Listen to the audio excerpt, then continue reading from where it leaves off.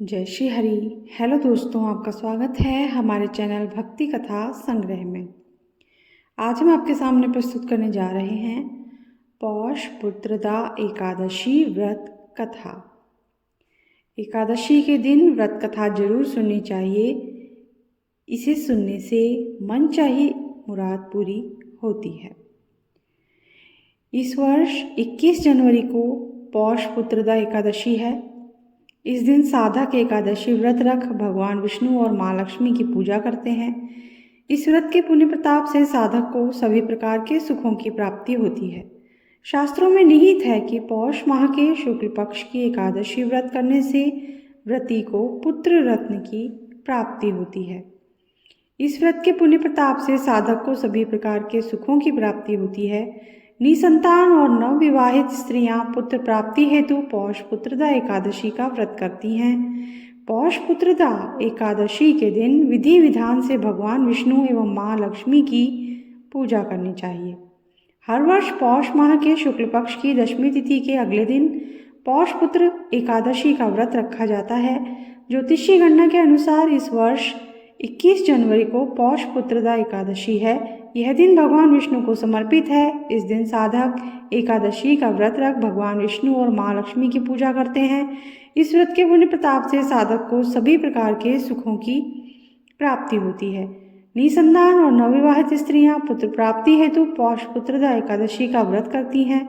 शास्त्रों में निहित है कि पौष माह के शुक्ल पक्ष की एकादशी व्रत करने से व्रती को पुत्र रत्न की प्राप्ति होती है। अगर आप भी मनोवांछित फल पाना चाहते हैं तो पौष पुत्र एकादशी के दिन विधि विधान से भगवान विष्णु एवं माँ लक्ष्मी की पूजा करें। साथ ही पूजा के समय ये व्रत कथा जरूर सुनें। व्रत कथा इस प्रकार है। द्वापर युग में धर्मराज युधिष्ठिर ने जगत के पालनहार भगवान श्री कृष्ण से पौष पुत्रदा एकादशी की कथा जानने की इच्छा जताई। उस समय भगवान श्री कृष्ण ने कहा, एकादशी व्रत का अति विशेष महत्व है। इस व्रत की कथा का श्रवण करने से व्यक्ति के जीवन में सकारात्मक शक्ति का संचार होता है। साथ ही समस्त प्रकार के दुख और संकट दूर हो जाते हैं। हे धर्मराज, भद्रावती नामक शहर में राजा सुकेतुमान राज करता था। वह बेहद दानवीर और कुशल शासक था। सुकेतुमान के व्यवहार से प्रजा हमेशा खुश रहती थी।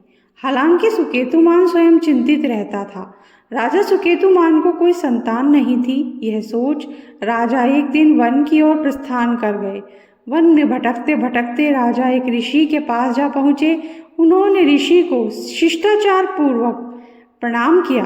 उस समय ऋषि ने राजा के दुखी मन को पढ़ लिया था।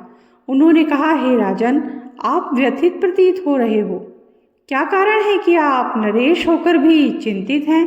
तब राजा सुकेतुमान ने कहा, भगवान नारायण की कृपा से सब कुछ है, लेकिन मेरी कोई संतान नहीं है। अगर पुत्र ना रहा तो मेरा पिंडदान कौन करेगा? कौन पूर्वजों का तर्पण करेगा? ऋषि बोले, हर वर्ष पौष माह के शुक्ल पक्ष की एकादशी तिथि पर व्रत रखें, भगवान विष्णु की पूजा करें। इस व्रत के पुण्य प्रताप से आपको पुत्र रत्न की प्राप्ति अवश्य होगी।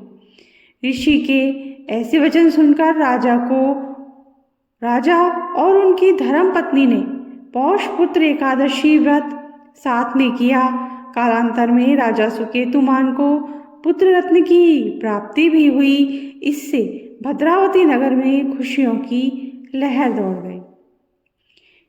इसी के साथ कथा समाप्त होती है और हमारा वीडियो हम यहीं समाप्त करते हैं। अगर आपको अच्छा लगा हो तो लाइक कर दीजिए, और अगर आपने अब तक हमारे चैनल को सब्सक्राइब नहीं किया है तो प्लीज़ सब्सक्राइब कर दीजिए, बेल आइकन प्रेस कर दीजिए, ताकि हमारे आगे आने वाले वीडियोस भी आपको आसानी से मिल सके।